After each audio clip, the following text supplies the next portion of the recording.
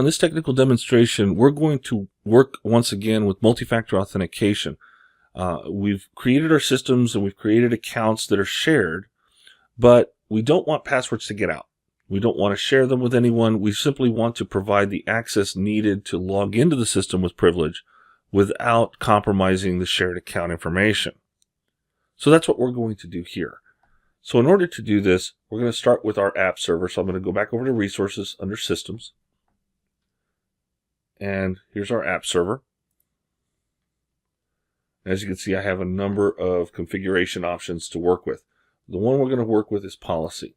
Now, for secure remote login, what we'll need to do is scroll down and under the default system login profile. This is very similar to what we saw earlier in the policies. This is a specific policy for this system. We can add conditions or filtered conditions, but in this particular instance, we don't really care. We just want to make sure that multi-factor authentication is always used when trying to access this server. So what we'll do is we'll change the default system login profile to Omicron MFA. And we'll go ahead and click Save. So now what we'll do is, let's go ahead and go up to our Actions option right here, right underneath the server name. And as you can see here, I do have the capability of logging in. I can enter an account, or I can select or request an account. Now, there's obviously a difference between the two. If I use enter an account, then this applies to me entering in a username and password. That's not really what we want. We want to use that Omicron-A account, but I don't want the password to get out. Now, even though the password is managed, I still don't want that password to be revealed. So I can simply go to select or request an account.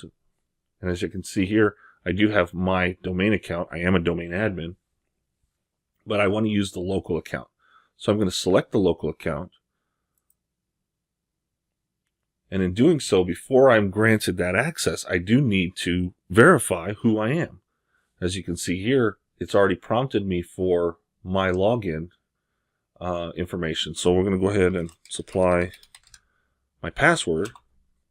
And now it's asking me for security questions.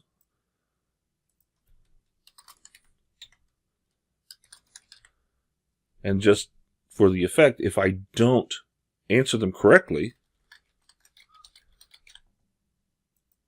I'll be denied access. So let's go back and let's try it again.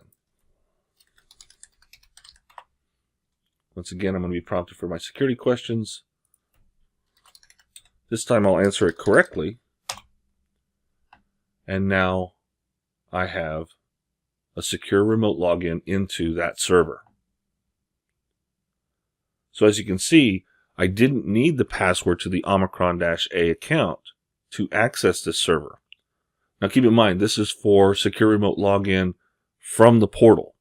If an RDP session is initiated or someone walks up to the console to do this, they will still need to know what the Omicron-A password is. Since we're managing that password, it is not a simple password to remember. Someone would have to write it down, and it would be very, very hard to compromise. So I'm going to go ahead and close this session. And let's go ahead and take a look at this from a Unix perspective. So let's go down to our payroll system. And once again, we're going to do the same thing. I'm going to go over to Policy, and we'll change our default system login profile, and click Save. I'll use this Actions option. Actually, let's go back one, and we'll come back to our list. I can still provide the secure remote login option at this point in the portal by simply right-clicking on the device. And then once again, I do have the option to select or request the account. Now in this case, I'm going to have my account. I'm also going to have the root account, which is the one we want. So we'll go ahead and click root, and we'll click select.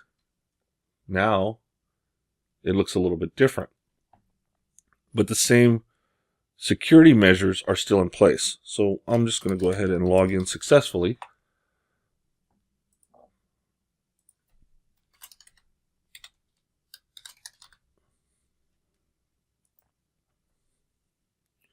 And now, as you can see, I now have access to my Unix system. and I'm logged in as root without having that password.